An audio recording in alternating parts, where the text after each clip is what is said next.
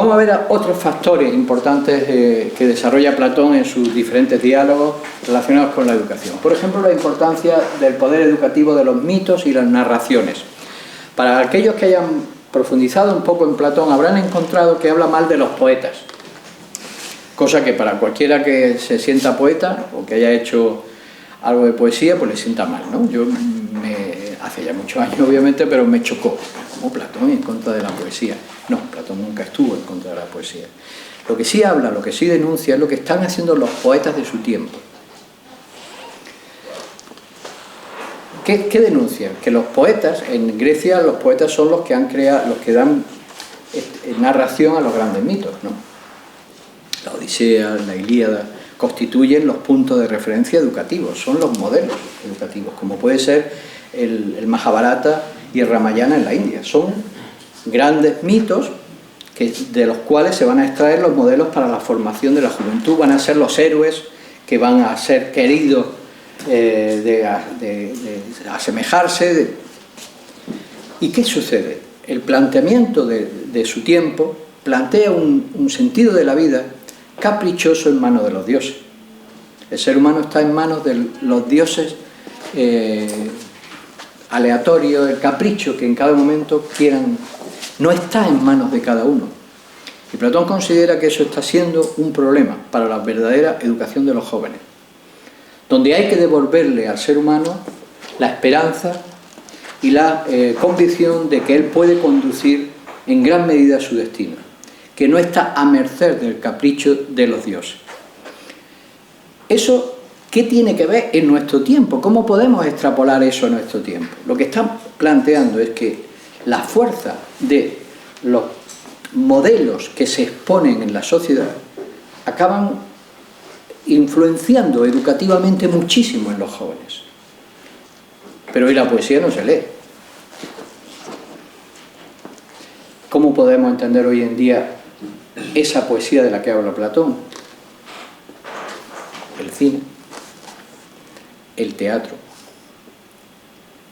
los, entre comillas, héroes, los medios de comunicación, la narración sobre lo que es ser exitoso en nuestro tiempo. ¿A qué contribuye? ¿A qué contribuye? ¿Qué efecto tienen las narraciones guión teatro, es decir, la puesta en escena a través del cine, de la televisión, de las grandes series, etcétera, etcétera? ¿A qué contribuye en la educación de los jóvenes? Bueno, de todos, ¿eh? ¿A qué contribuye? Pensemos un momento. ¿Qué impresiones dejan en el alma? ¿Qué concepción del éxito, de la felicidad, de lo que debe ser la sociedad, de qué impresiones dejan? Mejor no hagamos una valoración, porque es brutal, brutal. Si nosotros estadísticamente sacáramos la cantidad de escenas de violencia y corrupción que un joven, desde que nace, y además ya tiene la pantallita puesta desde que nace, o sea, está en la trona, no sabe andar y ya está el nene con los dibujitos animados, que vaya dibujitos. ¿Cuánto a lo largo de su vida ha recibido ese pobre cerebro medio para llegar a su pobre mente? Que al final ya no hablamos de las células espejo, saben que se conoce cómo existe un mecanismo de recogida de experiencias que nos hacen actuar como reflejo, como reacción a lo que... Bueno, ya no es solo eso, es que su alma se está grabando con una cantidad de elementos que lógicamente van a aflorar, están ahí, forman parte de nuestra ciudadela interior, llena de basura. Reíros del síndrome de Diógenes. Esta pobre gente que está mal y que anda por la calle recogiendo basura, la mete en su casa. Lo conocen, ¿no? El síndrome. Pero si vivimos así, vivimos llenando nuestra casa interior de basura, lógicamente eso va a tener un efecto. Y muchas veces, aunque reconozcamos algo como válido, nos cuesta muchísimo trabajo vivenciarlo, llevarlo a nuestra vida, porque estamos con una cantidad de torpezas, de impedimentos interiores, porque nos hemos cargado de basura.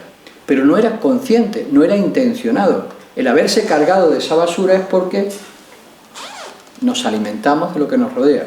Y lo que nos rodea no ha pensado, o no, quiero pensar que no ha sido diseñado con intención. pero desde luego responde a otros fines. Lo mismo que con lo que comemos, no está diseñado para nutrirnos, está diseñado para engordar las grandes cadenas, las grandes industrias alimentarias económicamente, o sea, sacar pasta, pero no es precisamente lo más sano, no es lo mejor, ¿verdad? No creo que lo hagan para acabar con nuestra especie humana, porque al nivel que vamos de alergia y de historia, igual a este paso estamos en peligro de extinción. No, lo hacen, hay otra finalidad. Bueno, esto ha hecho que al final los elementos que influyen en el ser humano sean terribles. Y ese es a lo que podemos entender como los mitos, los mitemas, las narraciones, lo que nos envuelve como historias que continuamente están influenciando en nosotros y que hay que cuidar mucho, porque graban nuestro consciente y nuestro inconsciente. Otro elemento esencial, el ejemplo. Esto es algo que en nuestro tiempo no se puede olvidar. Vale más el ejemplo que da un ser humano que 1000 discursos. En un mundo donde además la palabra ha perdido valor. Nuestro tiempo actual hace un uso de la palabra demagógico. Se dice lo que la gente quiere escuchar. Se dice para manipular, no para formar. Por eso ya nadie cree en lo que pueda decir según quién, ¿verdad?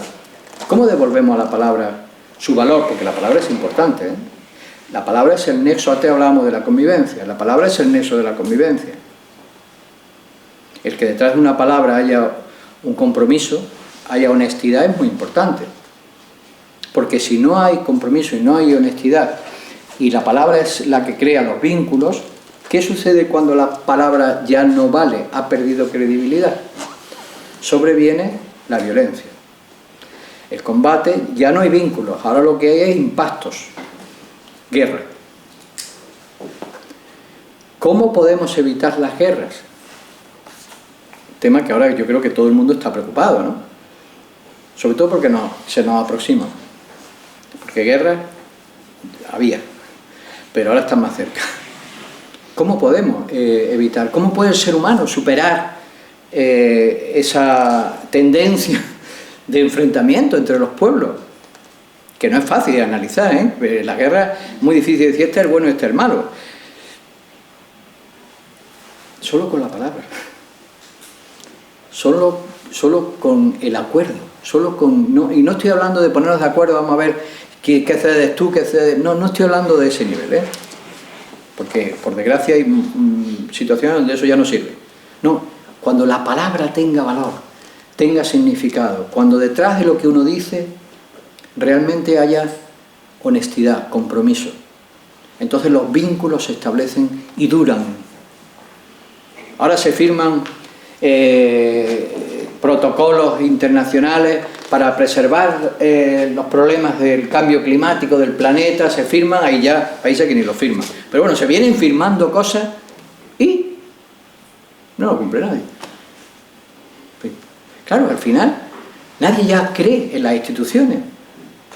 Las instituciones, las personas que están detrás de las instituciones han perdido la confianza de la población. ¿Por qué? Pues su palabra no vale. La justificarán de 1000 maneras, pero no vale. Y cuando se pierde la palabra, sobreviene la guerra. La palabra tiene que volver a ser dignificada. ¿Y qué la dignifica? Ejemplo. Por eso el educador con mayúsculas, que empieza siendo el representante máximo político y el maestro de escuela, es decir, el educador, el padre, fundamentalmente tiene que enseñar a través del ejemplo. Porque su sabiduría está ahí. Ese es el modelo clásico de sabiduría, no cuántas cosas yo puedo nombrar, decir, cuánto conocimiento lineal tengo, sino en qué medida mi vida refleja aquello que siento y pienso, en qué medida hay una experiencia que me ha hecho madurar y mejorar. Y a través del ejemplo yo puedo transformar el mundo que me rodea. No hay otra transformación. No hay otra. Por supuesto que la palabra, las ideas deben de circular, pero puede que se queden aquí arriba, que no lleguen, que no impacten en el mundo, que no tengan consecuencias. ¿Cuándo tendrán consecuencias? Cuando haya seres humanos que vivan acordes a esas consecuencias. Esa es la idea del filósofo antiguo, aquel que tiene una filosofía de vida y vive coherentemente con esa filosofía de vida. No como Groucho Marx, allá hacíamos la broma, que decía, estos son mis valores, y si no te gustan, no te preocupes que tengo otro. No, o sea, esto puede parecer una tontería, pero a que en el mundo comercial parece lo más normal. Con tal de cerrar una venta, o de conseguir una relación sexual, o de lograr que alguien me abra paso para conseguir un trabajo, o de... Sí que nos puede parecer una tontería, pero al final acaba siendo así. Es decir, tenemos unos valores y si no te gustan, no te preocupes que ya te mostraré otros. Es decir, no tenemos convicciones firmes que nos hagan tener una identidad. Porque hemos situado el éxito fuera, en conseguir cosas fuera y no en sentirnos dignos con nosotros mismos, ¿no? Que debería ser el verdadero éxito. O sea, la arete con mayúsculas debería estar en esa búsqueda de excelencia interna, de uno consigo mismo, no de buscar el aplauso de los demás. Otro elemento que vemos mucho en Platón es el valor educativo de las leyes, las fiestas, los ritos, cómo se estructura el tiempo, las celebraciones. Las leyes, en su origen, deberían de ser educativas, no porque siendo, como parece que siempre es una ley coercitiva, ¿no? Una ley te dice lo que no debes de hacer, no, sino porque en el preámbulo de las leyes debe de haber todo un despliegue de finalidades y razones que educan a los pueblos. Que por otro lado, cuanto más ordenado es un pueblo, menos leyes necesita. En realidad las leyes acaban, es como en el tiempo actual. Yo me asombraba, hace ya mucho tiempo cuando sucedía, ¿no?, que se tuviera que legislar en una ciudad multando el que un vecino se meara en la puerta de otro vecino. O sea, no se puede uno mear, orinar, ¿no? No sé si la palabra es parecida, hacer pipí, en la puerta de nadie. Claro, pero eso hay que legislarlo. O sea, hace falta sacar una ley. ¿Por qué hace falta sacar una ley? Porque está pasando.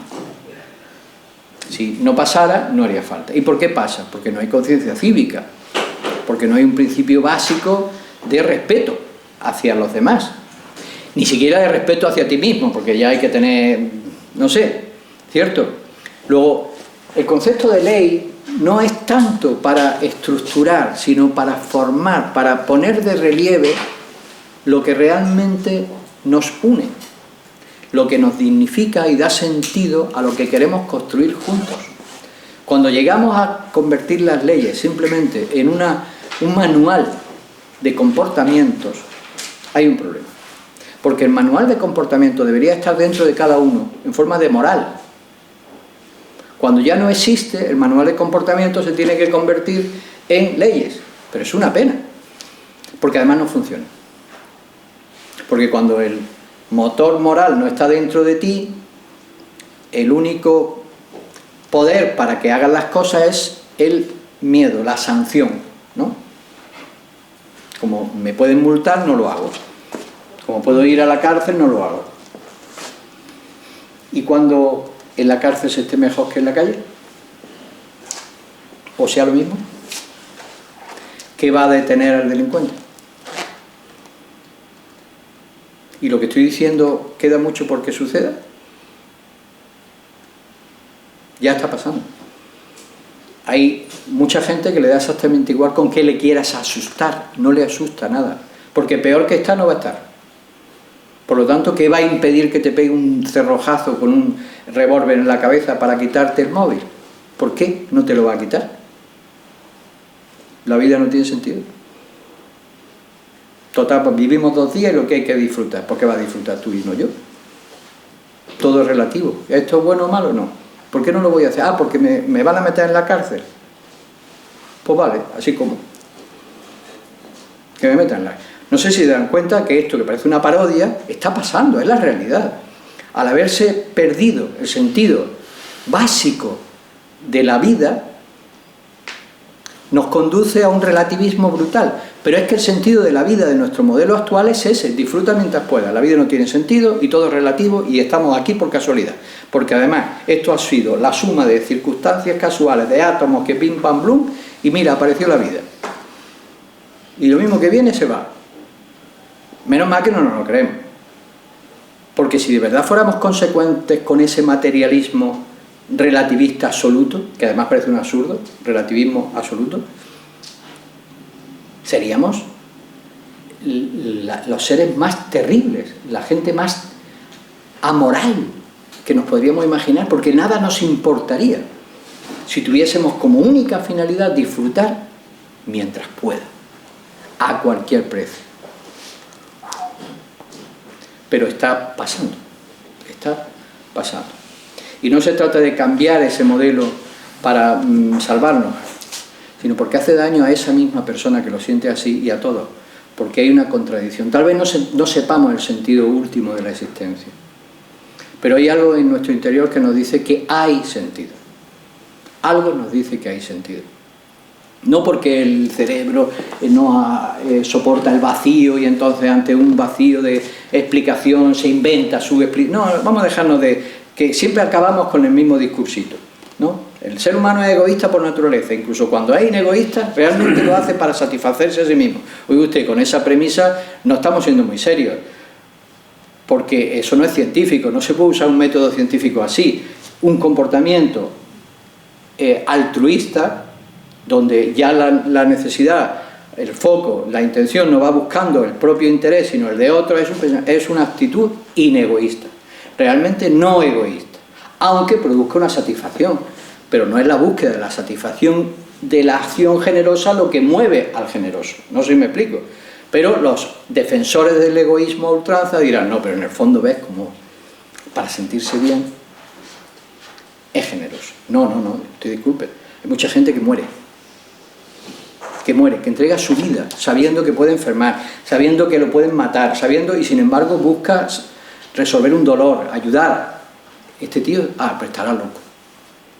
Pues bendito sea, vamos a ser todos un poquito locos, vamos a ser todos un poquito Quijote, porque curiosamente en esa búsqueda del bien común se encuentra una fuente de felicidad que para quienes no lo han experimentado es insospechada, pero para los que podamos sentirlo en algún momento nos inspira y significa la vida.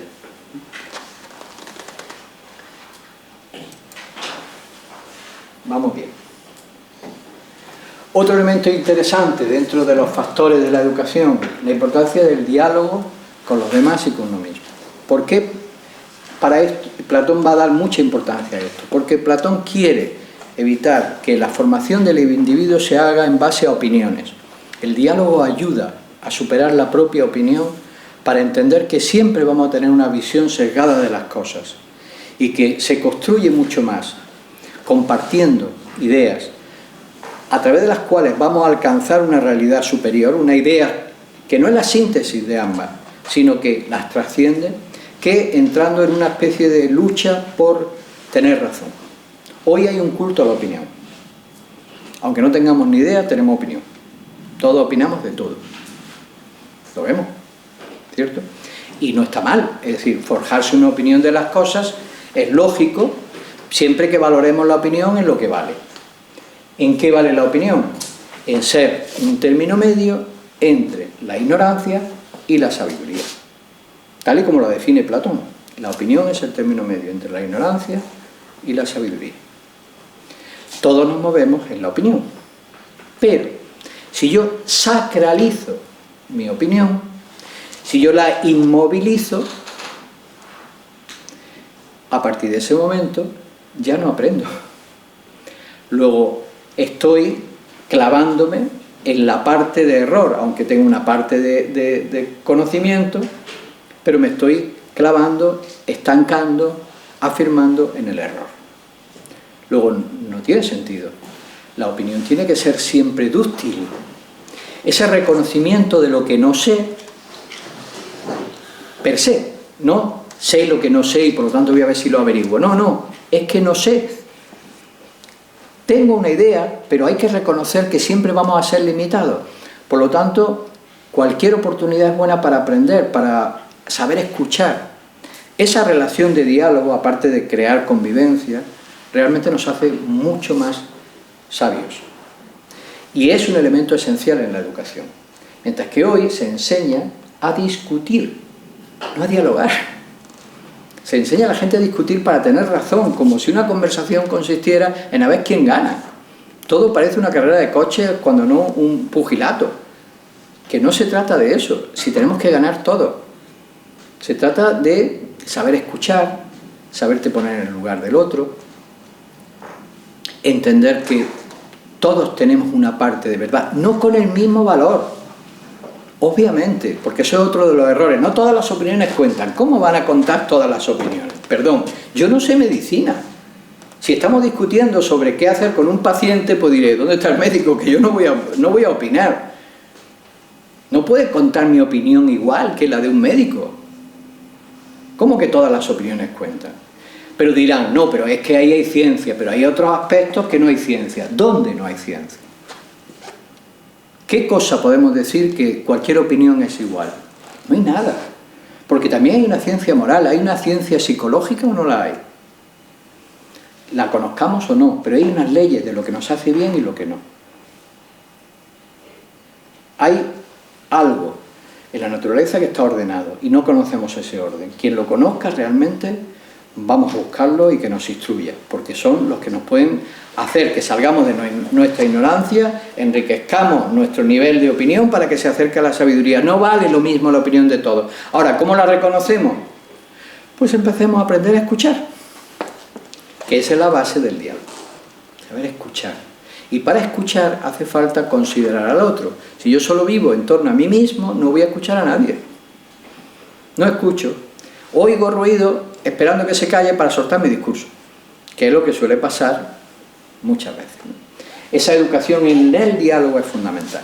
Y además porque la educación, en el modelo platónico, se tiene que basar en una relación maestro-discípulo. Es decir, en un diálogo. ¿Por qué Platón no escribe libros doctrinarios? Porque Platón no escribe ningún libro, lo hará Aristóteles. Aristóteles sí escribe libros doctrinarios, libros donde intenta explicar cómo son las cosas, desde su opinión. Platón no escribe ningún libro doctrinario, no quiere enseñar a través de los libros, aparte que no creo que él fuera muy doctrinario, en el sentido de que buscaba que llegar a las conclusiones a través del ejercicio de la dialéctica, llegase cada cual, obviamente a través del diálogo, de la puesta en contacto con ciertas enseñanzas, se iban a despertar cosas, pero la idea última no se puede encerrar en una frase, pero siempre es un acompañamiento de maestro-discípulo personal. Él decía que cuando se encierran las ideas y las cosas, se encierran en palabras, pierden la capacidad de defenderse a sí mismas, que más bien las cosas escritas son un recordatorio para el que sabe. Aún así escribe, y bastante. Pero la alquimia, el proceso mágico, la transformación que se produce en la relación personal, donde dos almas se ponen en contacto y una vierte agua, luz, fuerza, en función de la situación, el momento en que se encuentran sus discípulos, es un sistema muy distinto al sistema estructurado, homogéneo de nuestro modelo de educación. Nuestro modelo de educación, todos son iguales, los patrones son iguales, todos tienen que responder al mismo nivel, no está personalizado. Es verdad que es muy difícil una educación pública que llegue a todos, que se pueda personalizar. Pero es que ese diálogo, esa relación personal se tiene en cuenta el educando, se tiene en cuenta el individuo, que a lo mejor no va a ser científico, a lo mejor va a ser poeta. Y lo estás frustrando, lo estás machacando, estás dando algo que es la comida para todos los pollos. Y ese pollo resulta que no es un pollo, que es un cisne. Y encima se siente marginado. Y encima probablemente esté señalado. Hago estos juegos de metáforas para no ser muy cruel con la realidad, porque sucede. ¿Cuánta gente se ha sentido mal, ha sentido que son unos inútiles porque no encajaba?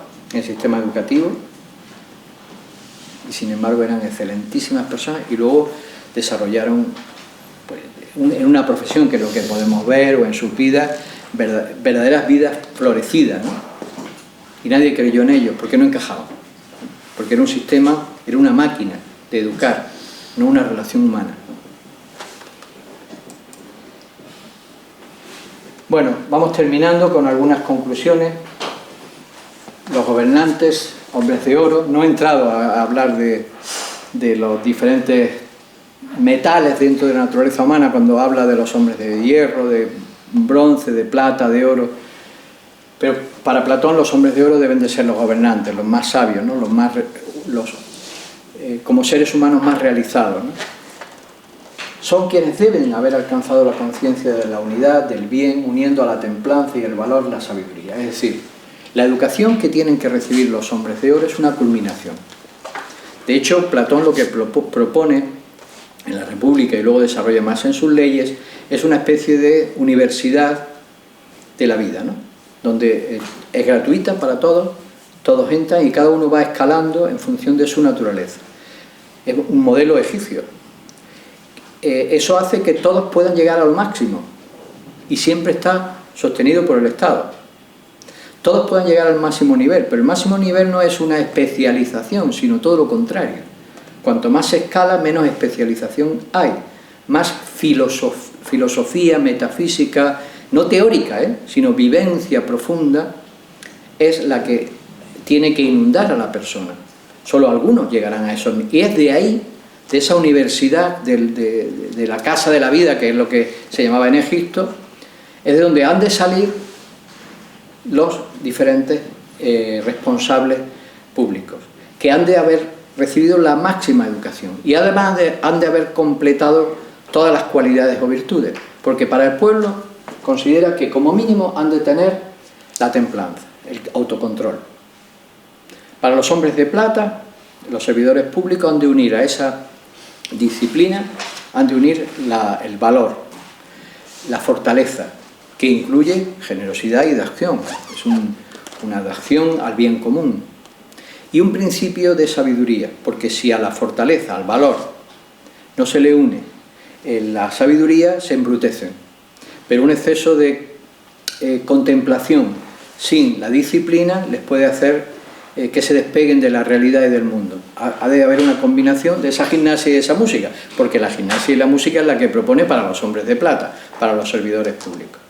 Y los hombres de oro, que son un resultado del proceso, no es una cosa aparte, van sumando, los hombres de oro ahora suman otra cosa, que es la contemplación directa del bien. Esa sabiduría es poder ver, reconocer la unidad detrás de todas las cosas. Por lo tanto, son los que van a ser garantes de que en la ciudad y los individuos puedan tener acceso a las vías que conduzcan a lo verdadero, a lo bello, a lo justo y a lo bueno. Y eso es lo que se resume como el bien, con mayúscula. Posteriormente, pues Platón a lo largo de sus primeros diálogos no habla de Dios. Posteriormente, en uno de sus últimos diálogos, que además creo que se edita ya en su muerte, las leyes, identifica el bien con la divinidad. Es un concepto de divinidad no antropomórfico, no un señor que está ahí con una vara y es otro concepto, mucho más abstracto, más metafísico, si queremos.